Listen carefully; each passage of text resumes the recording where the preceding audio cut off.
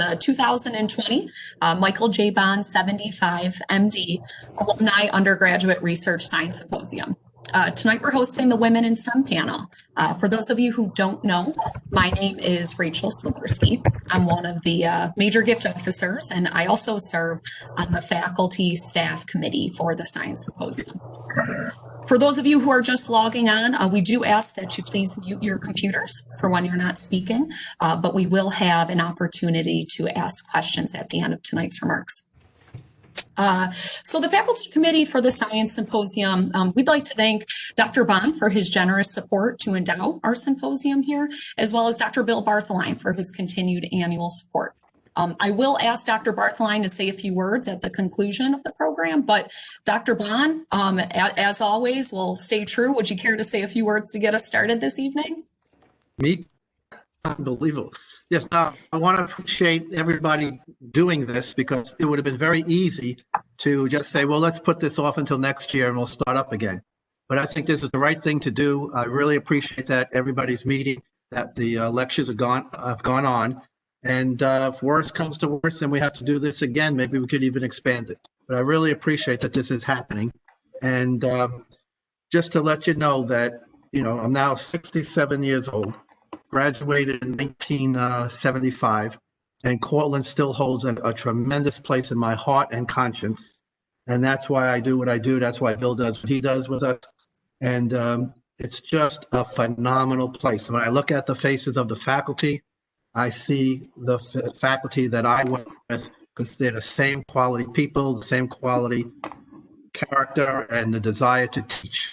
And you just don't get that everywhere. You get that very few places, and Cortland is always that, what I always refer to also as that guiding light on the hill they talk about, and Cortland is that. And so I've always been endeared, and I know that I wouldn't be what I am without going to Cortland. Wonderful, thanks for that. No problem. So I'm going to attempt to share my screen here as I introduce our panelists. Let's see.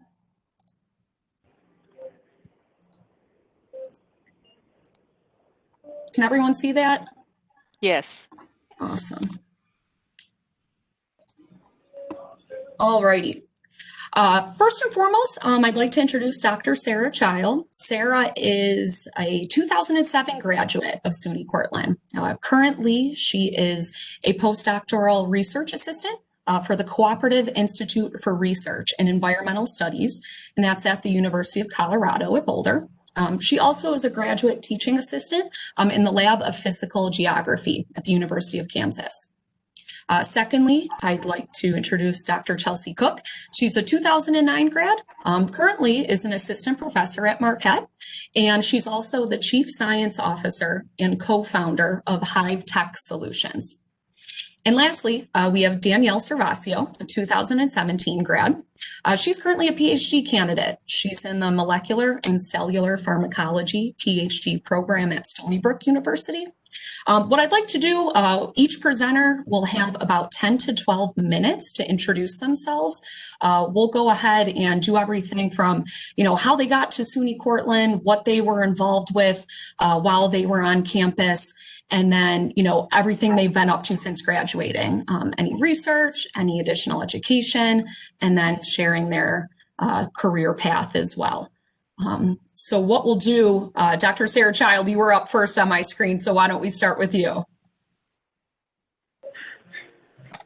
Okay, can everyone hear me? Okay, yeah, good. I see nods. Okay, I see that now. Okay, great. Let me, okay. Okay, so yes, hi, my name is Sarah Child. I grew up in upstate New York in a little tiny, I wouldn't even call it a hamlet. It's called New Lisbon. It doesn't even have a post office. I attended and graduated from Cooperstown High School. The way I got to Portland, honestly, I had absolutely no idea what I was going to study. I pretty much just wanted to play field hockey. So Cortland had a phenomenal program and they had a large variety of things. I figured I'd find my way eventually. So that's how I initially got to Cortland. when I got to Cortland, like I said, I didn't know what I wanted to do, so I was an undeclared major to begin with. I was primarily involved, when I was first in Cortland, I don't know if you still do that or not, but there was, for anyone who's undeclared, you go into a learning community, and my learning community was Tech Trek, which primarily was centered around what's called geographic information science, which for anyone who doesn't know what that is, it's essentially computer mapping as a way of, excuse me, let me, primarily a way of using computer mapping to analyze and study the world around us. Sarah, I'm not sure if everyone's experiencing it, but we're having a hard time hearing you. That's a little better. Just Okay. you were, it sounded echoey for a second, but better now. Oh, okay. I thought it was getting echoey, so we'll leave it there. Sorry. Yeah, so GIS, or Geographic Information Science, is just using maps to better understand the world around us, whether that be in an urban environment or the actual environmental sciences. So at Cortland, after that first semester, I decided to major in GIS. And I think one of the best things about being in that major was that, or in the geography department in general, was that the people I was around allowed me to do an independent study every single semester from my sophomore year through my senior year. And that let me get out of the classroom, that let me get into research projects, and that let me get into like hands-on research projects too. And these research projects included everything from municipality boundary changes to property boundary disputes from the 20s to the present, to using cemeteries in research. It covered a wide range of things, and it was the first time I was ever able to actually do research while using the technology, the mapping technology at the same time, and that was the basis for, honestly, for where I am today. And at the same time, while I was at Cortland, I mean, I was playing field hockey as well, which turned out to be a very, very beneficial thing for someone like myself. When I started at Cortland, I was painfully shy, and so being on a field hockey team like the one we had at the time, it was a good way to break out of a shell and to really be myself, but be okay with that at the same time, while being able to study and really get into subject matters that I absolutely loved. After being at Cortland, I knew I was going to go to graduate school. And so initially I applied to and went to the University of Minnesota for my master's. It was also in the same topic, geographic information science. I realized very quickly I didn't really care for Minnesota, but while there, an email went through looking for student workers to do GIS projects with Antarctic data to help with both Antarctica logistics and Antarctic research. And so within working in that company, or that organization, I should say, that's how I first started to get into Antarctica glaciology and in that world of the cryosphere in general. At that time, though, like I said, I wasn't that enamored with Minnesota, and so I decided to apply to the University of Edinburgh in the same program. And so after a year being in Minnesota, I transferred there. Once I got to Edinburgh, I met my first glaciologist and worked with them. And so my master's thesis was working with, at the time, one of the top glaciologists, looking at accumulation rates in the Western Antarctic ice sheet. But at the same time, before leaving for Edinburgh, I never ever thought I would do a PhD. It was my advisor, Scott Anderson, who said to me at the time, "I bet you will do a PhD." And I thought he was absolutely insane. I told him so, but it turns out for once he was right. Let's see. And so once I got to Edinburgh and I was starting to do actual research with real glaciological data, I realized this was exactly what I wanted to do with my life, to be able to do research like this using the foundations of what I learned at Cortland. And so from there, I pursued a PhD, and that's how I ended up at the University of Kansas. And very quick side note, because many people wonder how glaciology exists at Kansas, it's because there's an organization there that used to study corn, but then they realized there's more money in glaciers, so that's how they got into ice instead. Off of that note, let's see.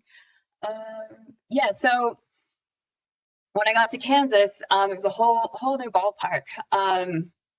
Primarily, my research there was working with a variety of data types, from satellite to plane to in situ data types, GPS, radar, optical imagery. And that included actually field work and going to Antarctica as well. And so I went there twice where we collected GPS data, and in using the data, in using that data, we're better able to understand the behavior of one of the particular glaciers and how climate forcings are working with that glacier and how they're affecting that glacier today. Also, in that regard, what I've discovered in starting this research is that there's hordes and hordes of data out there that have never been used starting from the 40s. And so that's what my research began to become centralized around. And it's what I've continued into today, which is using these old data sets, getting them into a format that we can use with modern techniques, and being able to better understand and expand our temporal scale of our understanding of what's going on with these ice sheets. And so let's see. So in Antarctica, for instance, yes, we found these air photos, and it's what I'm working with now actually too, which we have these 1960s aerial photos that haven't been touched. They haven't been used. They've simply been scanned, and they're just sitting there in the internet world's not being used at all. And so we're rendering surface elevations off of these to be able to better understand what the height of the glacier was back in the 1960s versus what it is today, to get a better sense of when these changes started to occur. Up to this point, a lot of these data studies haven't been able to go beyond 1990 because they've all relied on satellite imagery, which in Antarctica is an issue because most satellites don't actually cover their orbit doesn't go around the entirety of the continent. It will only go around the perimeter. And so you leave off about 80 to 90% of the continent, a lot of these studies. So for the first time ever, we're actually able to expand this and to take it throughout the entire continent, which, just to give anyone who's not aware, Antarctica is about the size of 2 United States, mainland US states.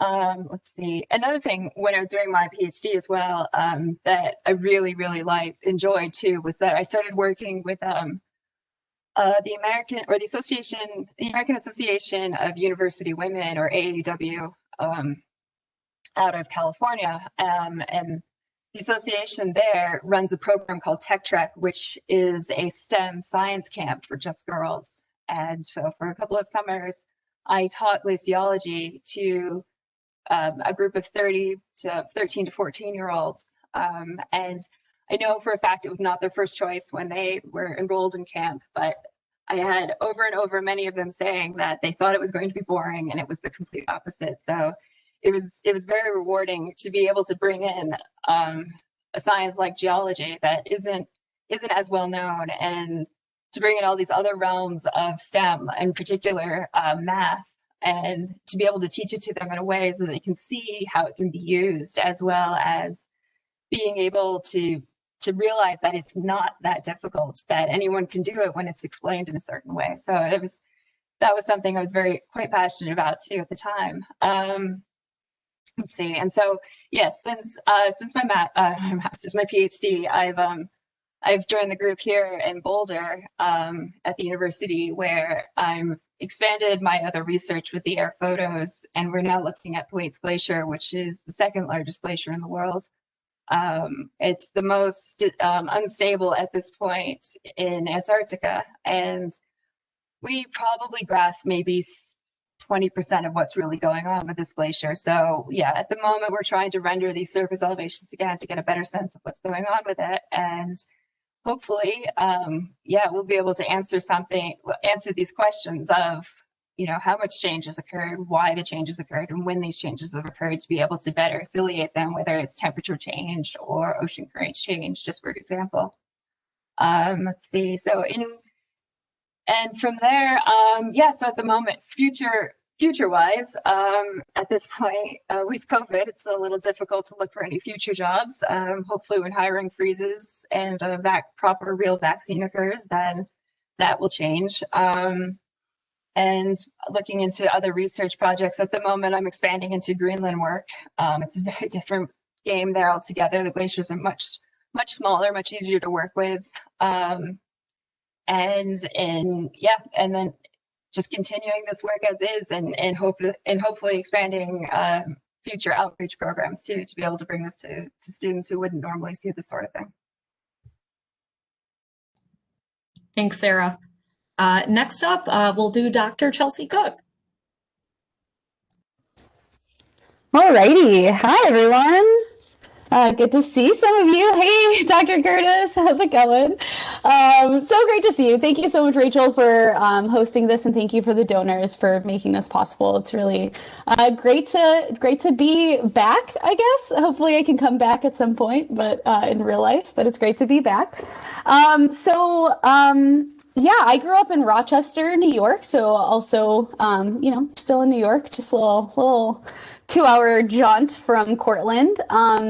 And I'm a first-gen student, so my parents didn't even graduate high school, so I was really kind of going it alone when applying to college.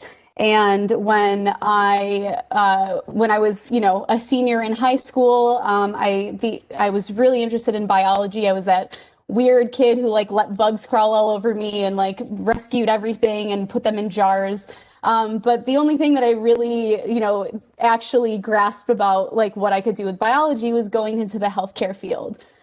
So I had shadowed with a chiropractor when I was in high school, and then Cortland had a 3+3 program with the chiropractic school in New York. So I chose Cortland. They were my first choice, only choice, just went there. I also didn't have a lot of money to apply anywhere else. So thank you, Cortland, for accepting me.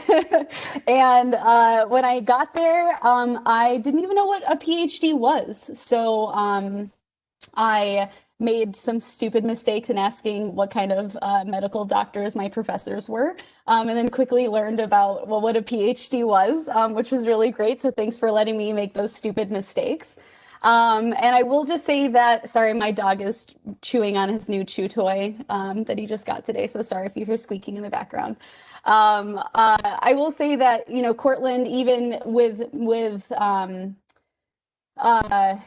coming in really blind, I learned so quickly the options that were available to me in terms of research, in terms of pursuing graduate school, medical school, other healthcare fields, other areas. So I learned very quickly, even embarrassingly, about a lot of the options, which led me to just change my my direction. So after the first semester, I didn't want to go to chiropractic school anymore. I was still kind of in the med school to do research or grad school kind of boat.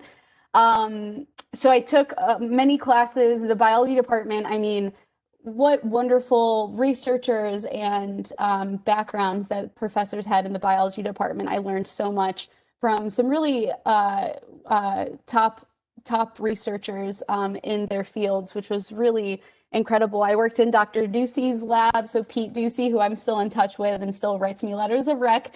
I was in his lab studying terrestrial flatworms, which was really cool. I studied their behavior, studied their ecological distributions and some of the controversies around that, which was really fun.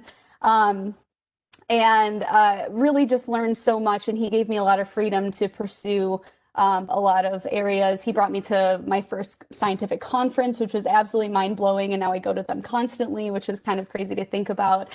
I was involved in so I started an environmental club when I was on campus. I was interested in social justice and trying to work to make some of the situations that students face on campus, like housing, for example, is maybe still is, but at least when I was there was tough for those of us, putting ourselves through school and taking out a lot of student loans. So we put together, I worked with NYPIRG, who I don't know if they're still on campus, but we did a Cool, they are. They were great. So we put together like a landlord ranking booklet to try to help students make better choices about where to live. So that was really great. I took a lot of classes like, Marxist philosophy and like feminist philosophy, which was absolutely incredible. The liberal arts education really gave me a foundation to continue to pursue some of that social justice that I'm still really interested and excited about today. So upon graduating, as someone, I do actually want to say I also gave my first presentation at Scholars Day, which was trying to convince people to become vegetarian. And Dr. Bitterbaum came to my presentation. I don't know if I convinced you to be vegetarian. I'm actually still vegetarian for my Cortland days. So that stuck with me. But I learned a lot about eating less meat and just, the impact, the ecological impact on this planet of some of the things we do. So again, just like the really basic biology education at Cortland was really thorough and solid. So I left Cortland. I was supposed to graduate in 2010. I left a year early. Student loans, I just couldn't take out anymore, and I was feeling really stressed about it. So I worked at Strong Hospital at the University of Rochester as a researcher there, kind of still debating on med school versus grad school. But as I studied cancer, I kept thinking about them from studying evolution and physiological ecology, which I took from Dr. Veltura, and physiology from Dr. Curtis. So just thinking about cancer in terms of like social organisms. So my boss at U of R was like, you have to go to grad school. You have to go do research and answer these questions. So I went to grad school to study social behavior, and I studied social behavior of honeybees. So while I was at the CU Boulder, so Sarah and I have CU Boulder in common. While I was there, I studied how honeybees work together to cool their come together. They stand at the entrance of their colony. They fan their wings. This circulates air and cools the colony down. I studied the physiology that allows the behavior to happen. I studied the different environmental and social contexts that allow the behavior to happen as well. So lots of fun studies, lots of amazing fieldwork, lots of conferences that, again, Cortland really formed that, passionate foundation for these things, and the confidence to even just give talks and conduct this research in the field, which was really powerful. While I was at CU Boulder, I also started a startup company. So I'm a co-founder and I guess chief science officer, if you want to be formal about it, at a company called High Tech Solutions. So we use honeybee thermoregulation and evolution to build cold storage units to put bees in over the winter, especially when we face climate change. In the summer, I'm sure New York is experiencing this as well. But in the winter, rather, we see lots more temperature spikes and fluctuations than we have seen historically. So we get those like beautiful 65-degree days, which is not great for bees. They need to be inside their colonies hibernating. And so we create these cold storage units so that bees can be in a more stable environment through the winter, which they're evolutionarily used to. So after my PhD at CU Boulder, I got a postdoc at Arizona State. So I spent some time in pretty much the opposite climate of Rochester, New York, or Cortland, New York, in Phoenix, Arizona. So that was a nice little break for 4.5 years. And that's where Rachel and I also met up. Rachel spent some time in Phoenix. So really nice to get there. And at ASU, I started looping in some behavioral genetics of the behaviors that I was studying. So studying, expanding my repertoire to include some genomics, RNA-seq work, that kind of, a little bit more molecular than I was used to, which was interesting. But again, still harping back to the foundation that I built at Cortland and some of these techniques. And I remember just being in classes, especially with Dr. Ducey in evolution, talking about epigenetics as it was happening, as these papers were coming out, as he was encouraging us and promoting like us reading primary literature. And now I was like studying it, right? So like less than a decade later, really being on that cutting edge. So it's really kind of fascinating work. And, again, like I said, Dr. Ducey continues to write me letters of recommendation. So I was able to earn a National Institutes of Health postdoc to do that work at ASU, which was wonderful. And then this past year, so I know, Sarah, the job market is not great right now, but it will get better, I promise. So I literally got hired at Marquette on February 28th. Thank you, people. Thank you. So February 28th, do you remember what February 28th was like in the before times? So I'm very thankful to just kind of squeak in before all the hiring freezes, which was really great. So I'm starting my research lab here at Marquette as well, and I'll be teaching here as well. So I'm really, really thankful for that and really excited to start working on that. But I really just have so much growth and realization of potential happened at Cortland with so much support across. Just biology was fantastic, but philosophy, the political science department, I was really involved with them as well. And I still do a lot of social justice work. So I teach, I've taught I've taught biology in prisons. I've taught beekeeping to recovering addicts, and a man who took a workshop from me got a job as a beekeeper. So that's a mix of social justice and biology is really important to me as well, which was fostered at Cortland. So thanks for all of that. Thanks for listening. I'm excited to participate. So thank you for your time tonight. Thanks so much, Chelsea. Last but not least, Danielle, you have the floor.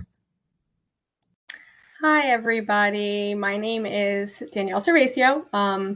I graduated Cortland in 2017, so I do not have as much experience as our other two panelists, and I guess not as much in terms of career trajectory to talk about, or maybe I have more, right, because I'm so early in my career. But I grew up in Queens, which is one of the 5 boroughs. So, fairly close to New York City. And I, didn't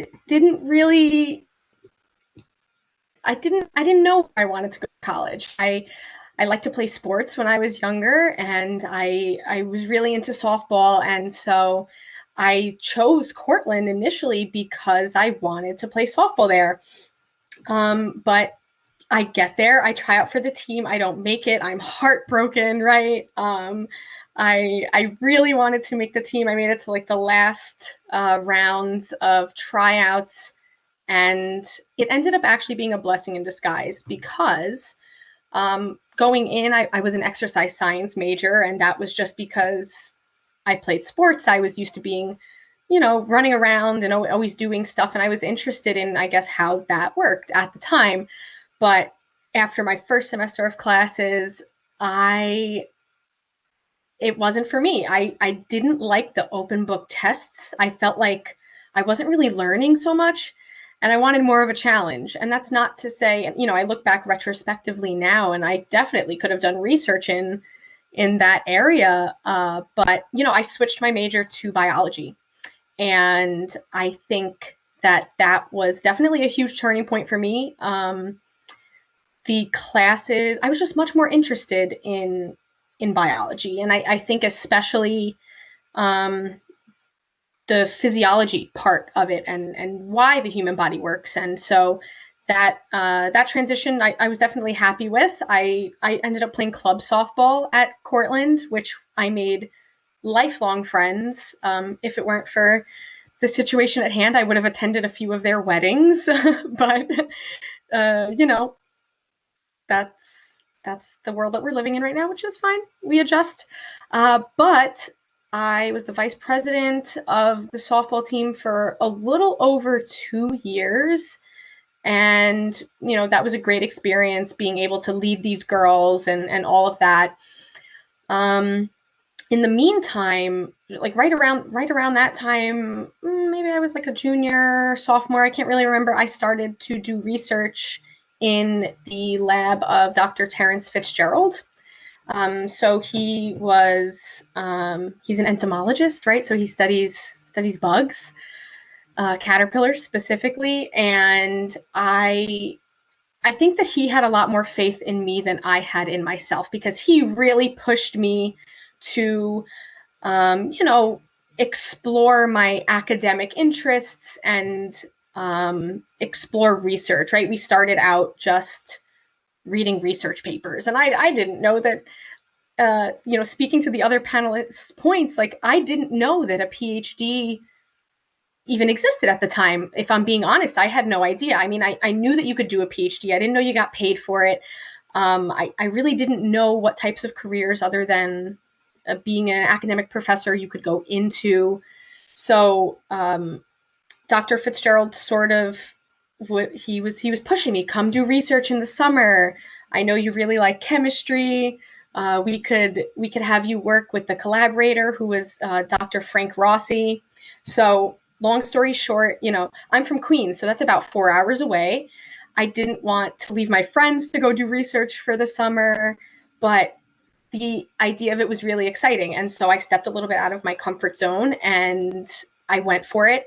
And I think that summer was really the summer that I decided I loved research. I started working with Dr. Rossi, and I was doing a lot of HPLC work, right? I was this young girl working with this super, super expensive instrument, and it blew my mind. But I loved the fact that I could do research from like 10 a.m. to 7 p.m. It was just like all day. And it was nice and quiet up at Cortland. I loved that. So I was also an SI leader at Cortland, so a supplemental instruction leader for general chemistry. That was a really rewarding experience, and I look back now and think like, wow, I loved teaching. No wonder why I went to go do a PhD. I love teaching and mentoring and all this stuff. So I did that for a while, and I had some really good mentorship through, my bosses there. And when it came times, senior year, you're graduating, what do you do for a career? Do I go to grad school? Oh, I don't want to pay for grad school, right? Grad school is expensive.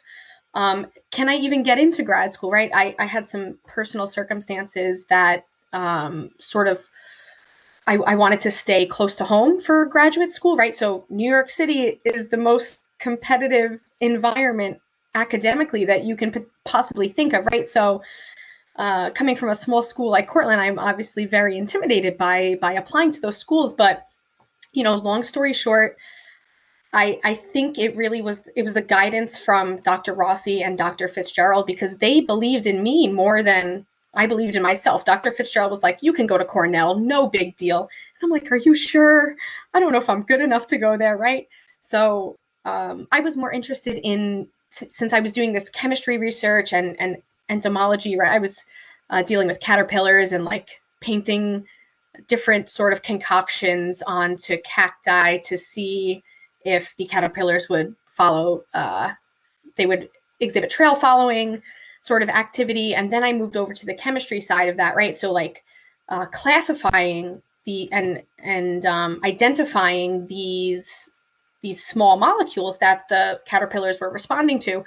And I think that through my work there and their guidance and their really pushing me to apply to graduate school, because they had that faith in me, I did. And I ended up wanting to move towards the more biological side of things. I was interested in neurodegenerative disease because Dr. Fitzgerald had me working on somewhat of an Alzheimer's project on the side, and I was really interested in that. So I get to Stony Brook, I do my rotations, and where do I end up? Back in a chemistry lab. But this time it's a chemical biology neuroscience lab, right? So I really like grad school so far. We work on mapping neural connections. So we're interested in identifying spatially when one neuron talks to another, or when one neuron talks to a different type of cell in your brain. And we do that fluorescently. So we do a lot of microscopy, all that good stuff. I get to work with cells now, but I ended up back in a chemistry lab because chemistry was sort of where my heart was lying. And I think that Dr. Andrew Roaring would be very happy to hear that, because he was always trying to get me at Cortland to switch my major to chemistry. It's like he knew that I really, really loved chemistry so much. But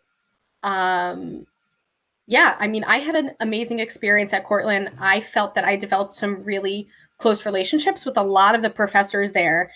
And my friends were all like, Danielle, you're crazy. Like, you're talking to all the professors. Like, why are you meeting with your professors so much?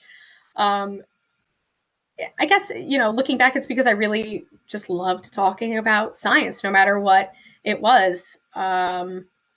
Everybody in the chemistry and the biology department that I ever had any type of interaction with definitely has influenced me in a positive way, and are, part of the reason why I decided to go to grad school, which I am super grateful for, and especially Dr. Fitzgerald and Dr. Rossi's guidance, because they really helped me get to where I am today. So I am currently in grad school still. I'm in my 4th year of graduate school. So hopefully I have about 18 months left, approximately. That's what we're estimating.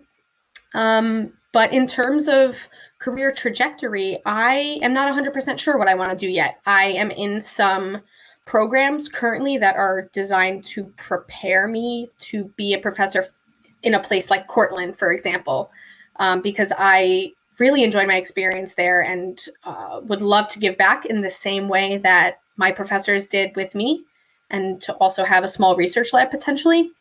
But I'm also I'm doing a lot more career development currently, and I'm looking into careers in the military or as a medical science liaison. So, more clinical side of things. But I definitely can say very, very confidently that if it weren't for the mentorship that I received at Cortland, I would not be in graduate school. I really don't know where I would be, and how I would have made the decision to pursue any career, because I think that my mentors really saw my potential and definitely helped me get to where I am. And, similar to Chelsea, I still talk to Dr. Rossi and Dr. Fitzgerald. Dr. Rossi recently wrote me he's written me multiple letters of recommendation, right, for like NIH grants that I've applied for and stuff like that. So it's just a very, very good community at Cortland that I am absolutely grateful to have had. And I'm glad to be back only a few years later talking to everybody right now. So thank you for the invite. Thanks, Danielle, and thanks, ladies. So we do have a couple questions that came in. If anyone's interested in asking a question, I think the best bet would be just to type it into the chat function. But to kick us off, we do have, first and foremost, if each of you could ponder, but identify a moment in your life that at the time might have felt like a failure or a setback, but was actually quite a transformational moment.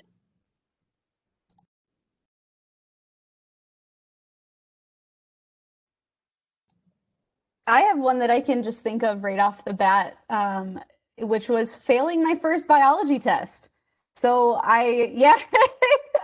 So, I was one of those students in high school that took the AP classes and did really well and didn't really have to study and didn't really have to work that hard, and got to Cortland, and wow, I actually had to work hard. What a concept. So it was botany with Dr. Baroni. So he is a serious biologist. He does not take any jokesters. So he's, just holds you to the knowledge and learning scientific names, and I remember asking if we were going to have a study guide, and he just laughed at me.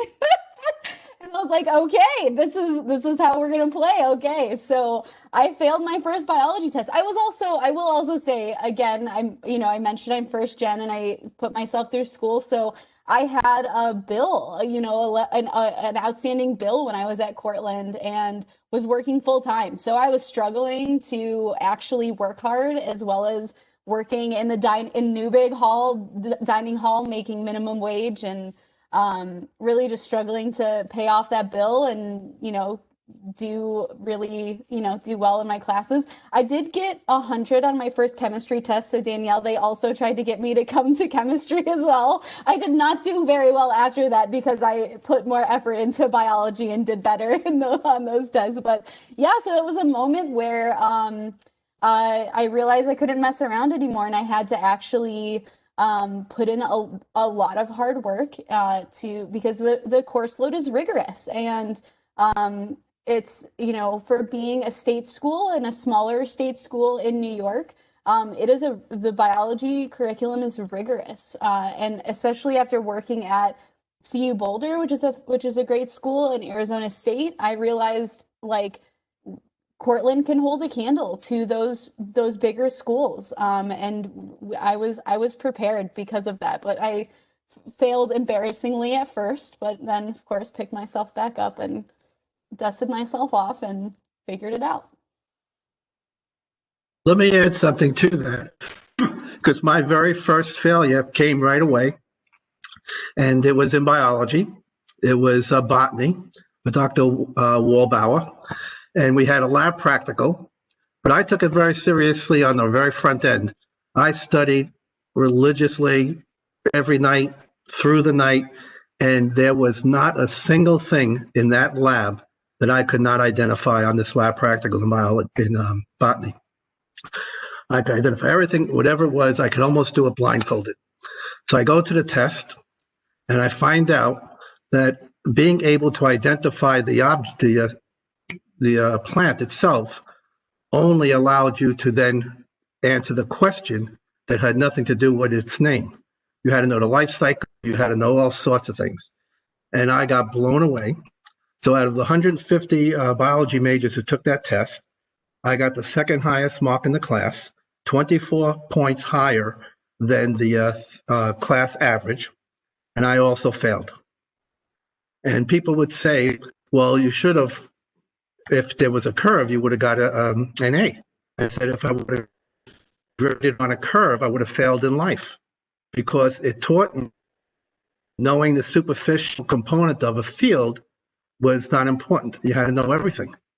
And so from that moment on, I learned how to learn comprehensively, and that was the turning point of my career. So not being graded on a curve gave me a failing grade. At that time, I already knew I wanted to go to medical school, and I already found out that nobody had ever gone to medical school from Cortland before. And here I am starting with a failure. But you pick yourself up and you realize it's a teaching thing, and you want to grow from there and not let it get you down. And so you only fail if you quit. And the other thing is, there are very, very, very, very few stupid questions. There are a lot of stupid answers, but there are very few stupid questions. So ask away, and that's the only way to learn. You got the floor. Thanks, Dr. Baum. Danielle or Sarah, do you have any examples? I could speak to something. I mentioned briefly that, when I first came to Cortland, it was for softball and I didn't make the team. I was absolutely devastated.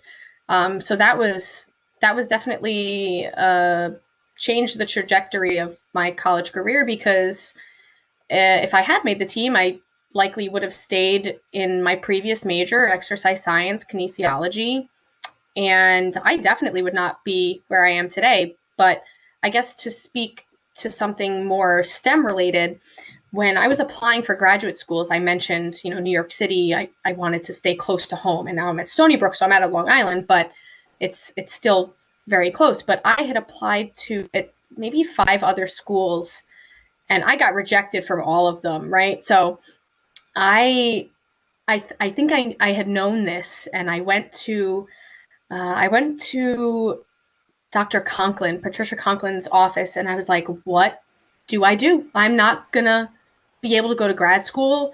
I thought that I was gonna be able to go for a PhD and I was gonna get paid for it and it was gonna be great.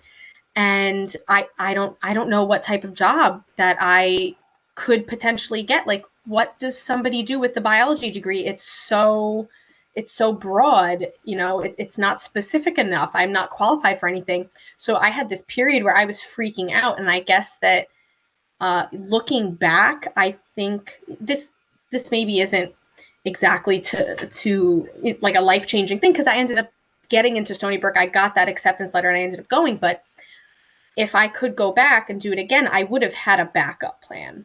If I didn't make it into graduate school, what would I have done? I, probably should have started looking at jobs, maybe as a lab scientist, or applied for post-bacs or something like that. So there are so many other options other than grad school, if you don't get in that first time, that you could explore on your route there, if that's what you choose to do. So that could have been career changing if I didn't get in.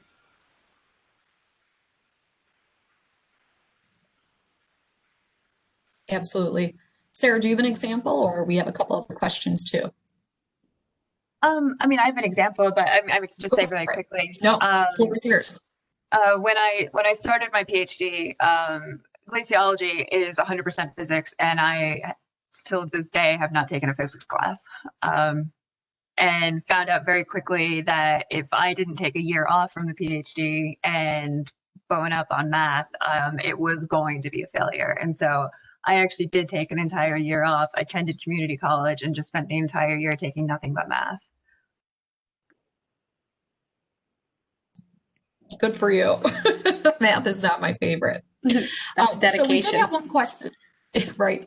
We did have one question come in from Dr. Chris Bedurk in GIS. And he said he has several GIS students attending tonight. Thank you all for being here. But what advice do each of our panelists have for students who are considering graduate school, especially in our current COVID situation? I would say still consider it. Now, the thing with GIS is that if you go for GIS in grad school, it is considered a professional degree rather than an academic degree. So quite often you won't always be able to find the funding let's rephrase that. They won't have the funding to pay you to go to school like an academic degree will necessarily. But that doesn't mean you shouldn't keep looking. Absolutely do. It depends on where you go. If you want to do research, by all means, what you need to do is just start getting in touch with individual professors, and if your interests match theirs, essentially. But with a place like, and start over again. With a place like the University of Minnesota, their degree is considered professional. So unless you can find another source of funding, you will have to pay for that. But they do have a lot of outside sources that will pay you at least half your tuition while giving you a stipend at the same time. And so really it is, and because it's GIS, it's so easy to work remotely. So by all means, I would say, yes, start looking, start contacting people. This virus isn't going to last forever. Optimism. So by all means, get in touch with people, and don't give up on it just because we're in COVID. Yeah, I would agree, because the loss of time may be much more expensive than going straight through. And so you don't want to get deviated off your path. The longer you can stay on your path, the better things usually turn out. And for people who break away, it's very hard to leave what they broke away to come back again.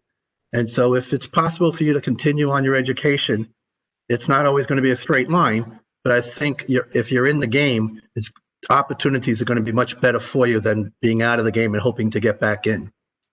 And always remember, I always used to tell people that I never failed at anything I've ever tried, including baseball. Now, it may have taken 39 attempts to succeed. And if you don't do those 39 attempts, you're going to fail a lot. And if you do those 39 attempts, you're going to succeed all the time. And so, like we talked about the failures, those aren't failures, those are life experiences that will either make or break you, and you always want them to make you.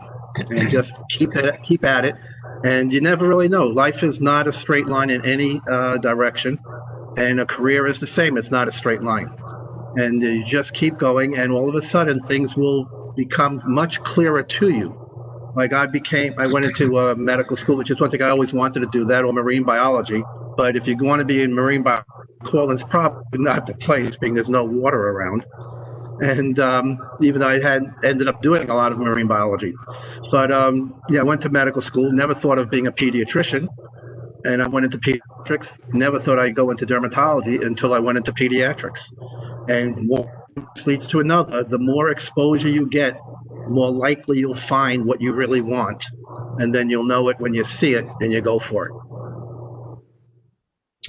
Rachel, if I might, one suggestion, and it's been mentioned tonight, one of the things I'm most proud of is our faculty helping our students in their careers. And you would be surprised how a faculty member can pick up the phone, and it could be where they went to graduate school, or people that they do work with, or other scientists that or any discipline that they meet at a convention. And so I would encourage the students that are on here tonight to visit with your faculty and say, you know, I would like to go to graduate school or medical school or dental school or whatever the case may be. I can't tell you how many of our students that I've met, and especially alums, who said that I ended up in this particular program because one of my teachers went the extra mile for me, and that will continue at this college. So for those students who are on, please contact, you know, and start early. And they can do undergraduate research with you, and that will develop a record that you have that you can actually show graduate schools that you could get an assistantship and it'll pay for everything. Maybe not in the professional degrees, but definitely in the academic. So do speak to your faculty members as soon as you can. You know, Cortland, as I said in the very beginning, the first thing I spoke about is how great a place Cortland is. And the faculty is phenomenal. And luckily, I see the same Cortland that I saw when I was there as a student. It hasn't changed. Dean Scales, who was the Dean of Student Affairs at the time, was instrumental in getting me into medical school. I did the work, but she made the connections. And so she had somebody worth and when I write letters of recommendation for people, it's a blessing when I have something really good to say, and I'm very happy recommending that person versus the other way around where you don't have much to say. So when you do the work and you put in the effort, they're behind you 100%, and they are phenomenal people. Because remember, at Cortland, the faculty is there for you. You're not there for them. And I can't say that about so many other places I have been, where I always felt I was there for them or I was just there. And that's counting medical school, residencies, all sorts of things. So Cortland is a very unique place because of the faculty that's there, because they're there for you. They could do other things in other institutions where they didn't have to bother with students as much, but they're there because that's where they want to be. So take advantage of it early. And like I said, I did 4 years of independent research, which was unusual back then. And you don't want to wait till you're going to do your one project. Get involved right away, and you can always increase your involvement with time. But the sooner you get involved, the more likely you're going to do a lot more, and it's going to make your career and your life there much, much better, and you'll make some wonderful connections. I will also chime in and say, like, as someone who didn't know that I could or should or had to do research, what helped was also the faculty saying, like, are you interested in this work? Come do this work, or these fields can pay for your graduate school. Because I wasn't planning on going to grad school because I thought I had to continue to take out student loans, and I just didn't want to get into any more debt than I had. So it wasn't until I can't remember exactly, but probably Dr. Ducey or someone saying, like, no, actually you can find programs that will pay you. And so it is important to, like, go do research, but I will say for faculty, it's important to just let students know, because a lot of us are coming in, again, not even knowing what the options are. And I think that's something even as starting as a faculty member, I have to remember that a lot of my students don't know this, and that I have to, even as someone who just 10 years ago learned this, right? Still have to, be on top of not getting too focused on what I know, and like just recognize that not everybody knows you have to do research. Not everybody knows you can go knock on a professor's door and say, hey, like, I really like what you do, or I'm really intrigued. Can I volunteer in your lab? And most professors are, especially at Cortland, are, oh yeah, absolutely, open the door. So yeah. Great points, everyone. Sheila asked the question, she's curious if each of our panelists can speak to being a female in a STEM career in STEM education. What are or were the percentages of males to females in your classes? And did any of you feel pressure to outperform your male counterparts? And me personally, were there any, like challenges or big hurdles that you had to overcome that you can identify?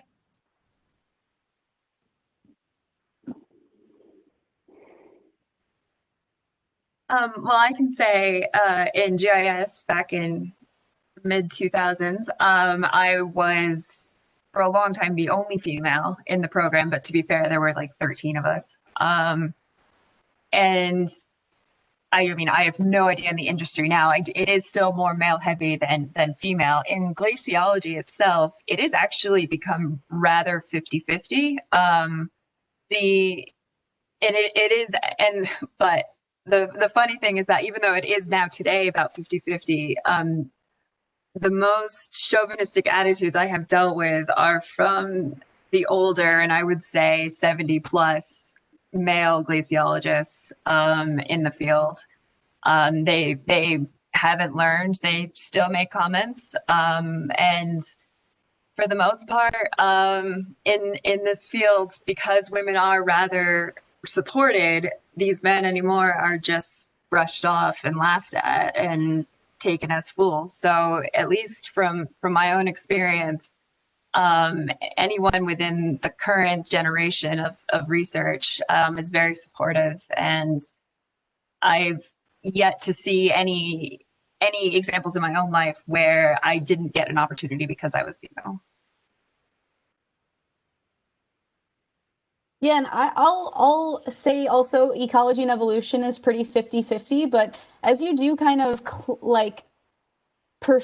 progress in your career, like to postdoc and then to kind of professor, it does seem like there's a little bit more of a struggle to kind of be 50-50, or there's like, of course, the leaky pipeline that we hear about.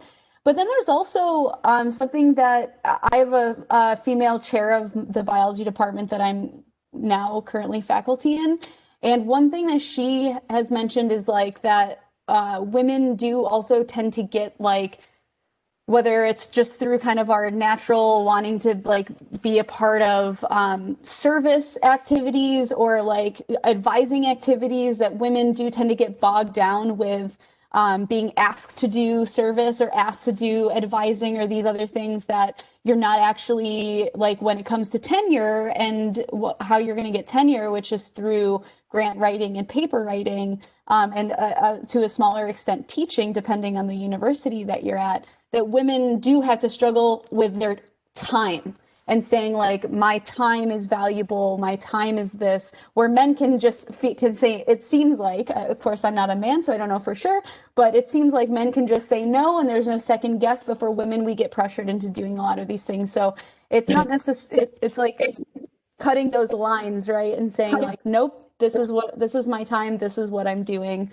And setting those boundaries, which can be a little tougher for women. But overall, I mean, again, I feel the same as Sarah, that I don't feel like I've lost out on opportunities or, had any career impact being a woman. But yeah, you do have to set clear boundaries in a lot of cases. Yeah.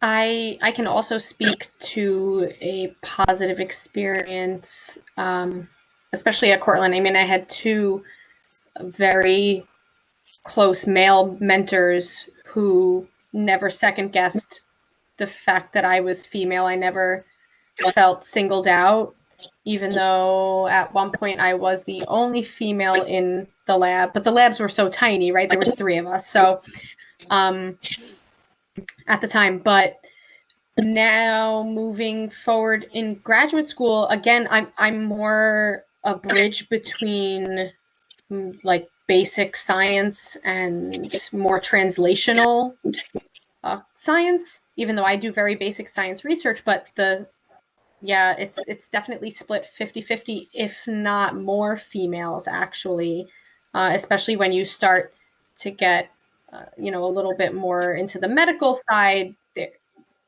Females sort of almost outnumber males on some occasions. Thank you. A final question for everyone. What advice would you give young women of today who are looking to pursue a career in STEM?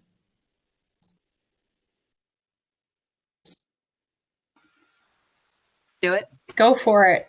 Like, give it your all. I mean, it's awesome. It's so much fun. And,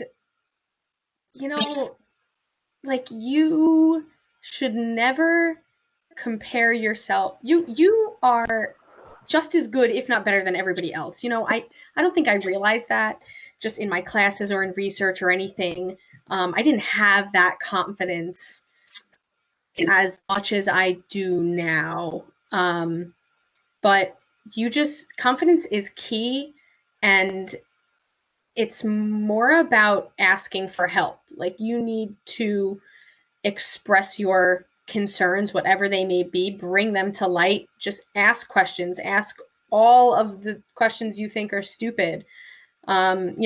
Chelsea had mentioned, and I said the same thing. I didn't know that you can get paid for a PhD. It took my advisor or, me, I don't remember exactly how that conversation went, of course, but it took me asking that and asking, like, do you think that I can pursue something like this? And you want to know what? Even if my advisor said no, I would have went and got a second opinion, because at that point, I was sold on going to graduate school. And I think it's just about, a lot of the time, it's who you know, right? So foster those relationships with your professors, because they're going to be the ones who can help you potentially get where you want to go. So just do it. Don't be scared. You're going to fail a million times, but it's worth it. Don't be scared to fail. It's going to happen no matter what field you choose, whether it's science or not science or something. But in those situations, that's where you're going to learn the most and grow the most. Remember, you don't fail up.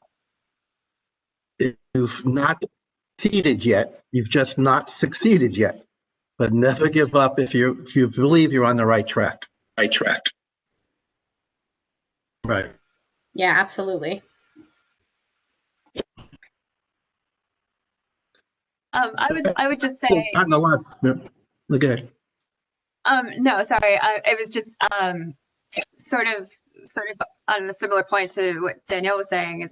It is. I mean, when I started my PhD, I had imposter syndrome. It was the degree was in geology. I've taken one, and the only geology I'd ever taken at that point was at Cortland, so it'd been a few years, and I realized you just have to keep pursuing through that performance anxiety, because it does get better and you do learn. But imposter syndrome is a real thing, and if it feels like it's going to get in your way, it is worthwhile to seek someone to talk about it, because living in that bubble of anxiety and nothing gets better, it's pure hell, and it's better truly, and you will be happier if you can work through it and see your way through this career that you think you might love.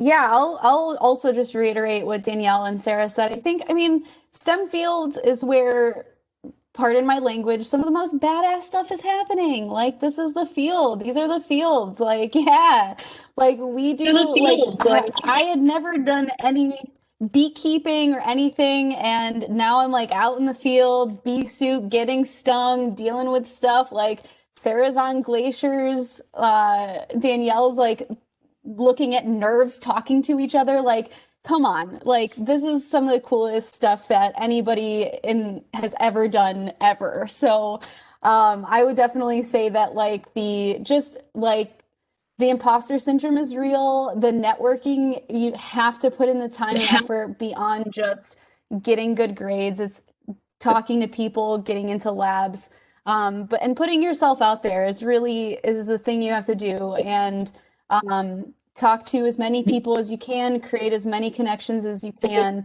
and just build those relationships, build those communities, and find people. If someone isn't going to support you, then they don't deserve to be around you. Like, find people who will support you and stick with them.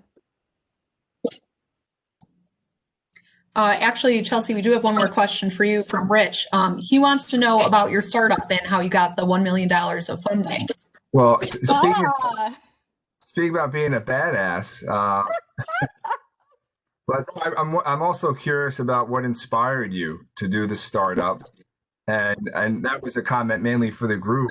You know, nearly $1 million in funding. That's pretty impressive. So if you can just talk about your experience with the startup. Yeah, well, Google is blowing my spot up right now. Yeah, so when I was in grad school studying how honeybees are cooling their colony, I got connected to the environmental design department at CU Boulder with some architects and engineers.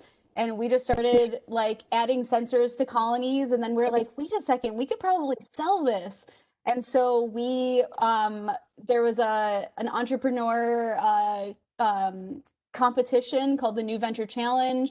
And I gave the pitch and I won, and we won. The first pitch was $100, which was great. And then our second pitch was $25,000, which is even better. And we just built it from there. So just from a lot of just our research interests, me and my co-founders, an architect and an engineer, we were just like, how do we come together and ask really cool questions? And grant writing is important in academia. So I'm the right person to write grants. So we did a small business research innovation grant through the USDA, got phase 1 and phase 2. So almost $1 million. We're trucking along. So it's crazy how that stuff happens. Again, build the community, like grow the people you're around, and these things happen. Awesome. As we start to wrap up here, I do want to make sure that we get Dr. Bill Bartholine on the phone to say a few words to wrap us up this evening.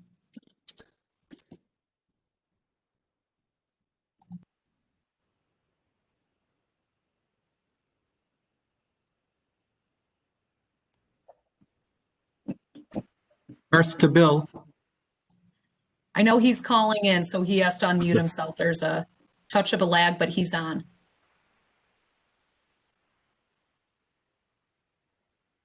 There he goes. Can everybody hear me? Yes, we can.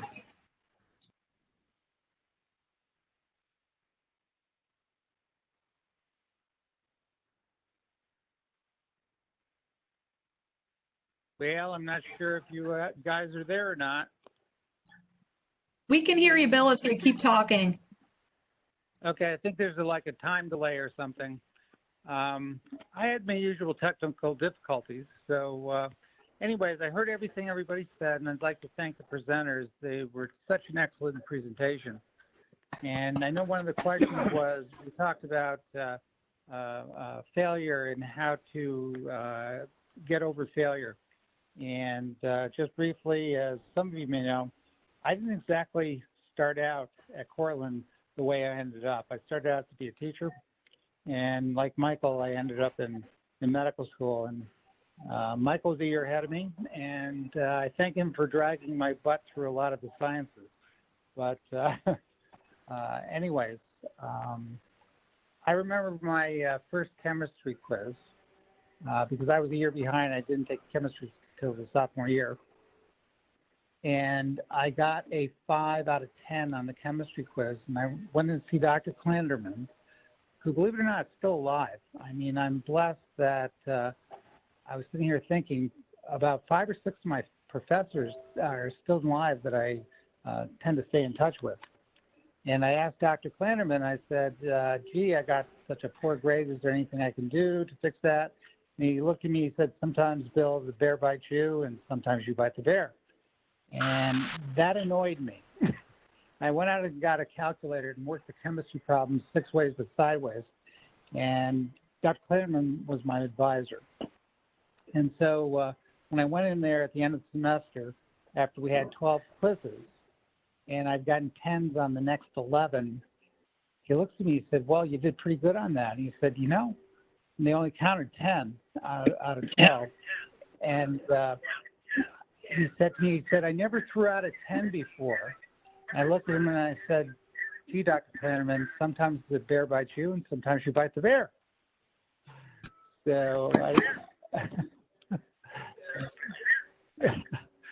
so anyways, that was one of the stimuluses that I got at Cortland from a professor who really cared, because he was my advisor, and as Mike knows, there were many professors like that, and if we didn't have them, we didn't have such a close relationship to them, and have them mentor us, I don't think we would have ever got to where we are.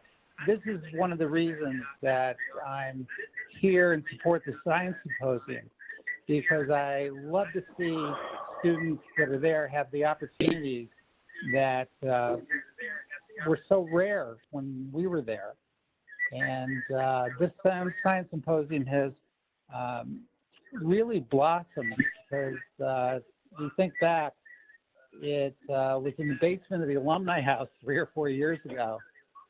And except for the COVID, we would have been back in the Bowers this year, the Science Building. And Mike Fusilli put on an absolute tremendous program last year. There was an in-person kind of thing. And I can't thank Rachel and Rich and Dr. Bitterbaum enough to support this, because, I mean, it's just a tremendous thing that just wasn't available when we were students. And you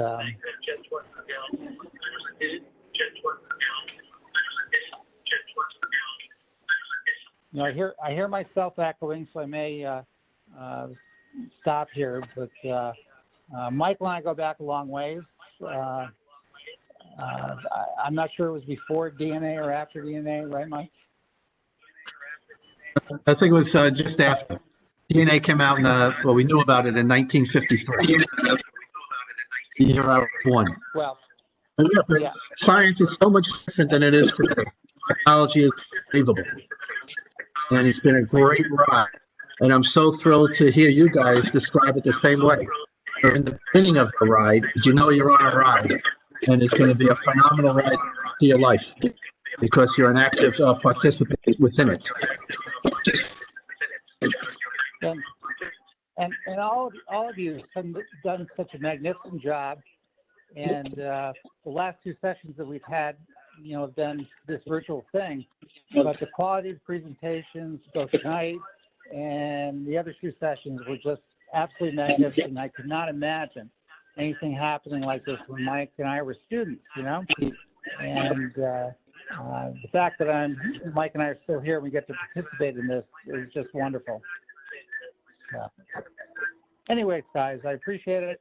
And this is a wonderful thing, being a Cortland graduate, that we're able to participate in something like this, because I think this is pretty rare within academic institutions. So anyways, thanks, guys. Well, thank you so much for organizing you. this and having us. No problem. Thanks, ladies, for participating. And thanks to all the attendees for joining this evening as well. We will have this session and the other 2 virtual webinars uploaded. We've recorded them, and they'll be on the Red Dragon Network. If you want to watch it again or share with your class or colleagues, that will be available later on. So thank you, everyone, again, for attending this evening and any of the other series. And thank you to our panelists for joining wherever you are. So everyone have a good evening, and we'll be in touch. Really appreciate you guys doing this. Thank you. Bye, everybody. Bye-bye.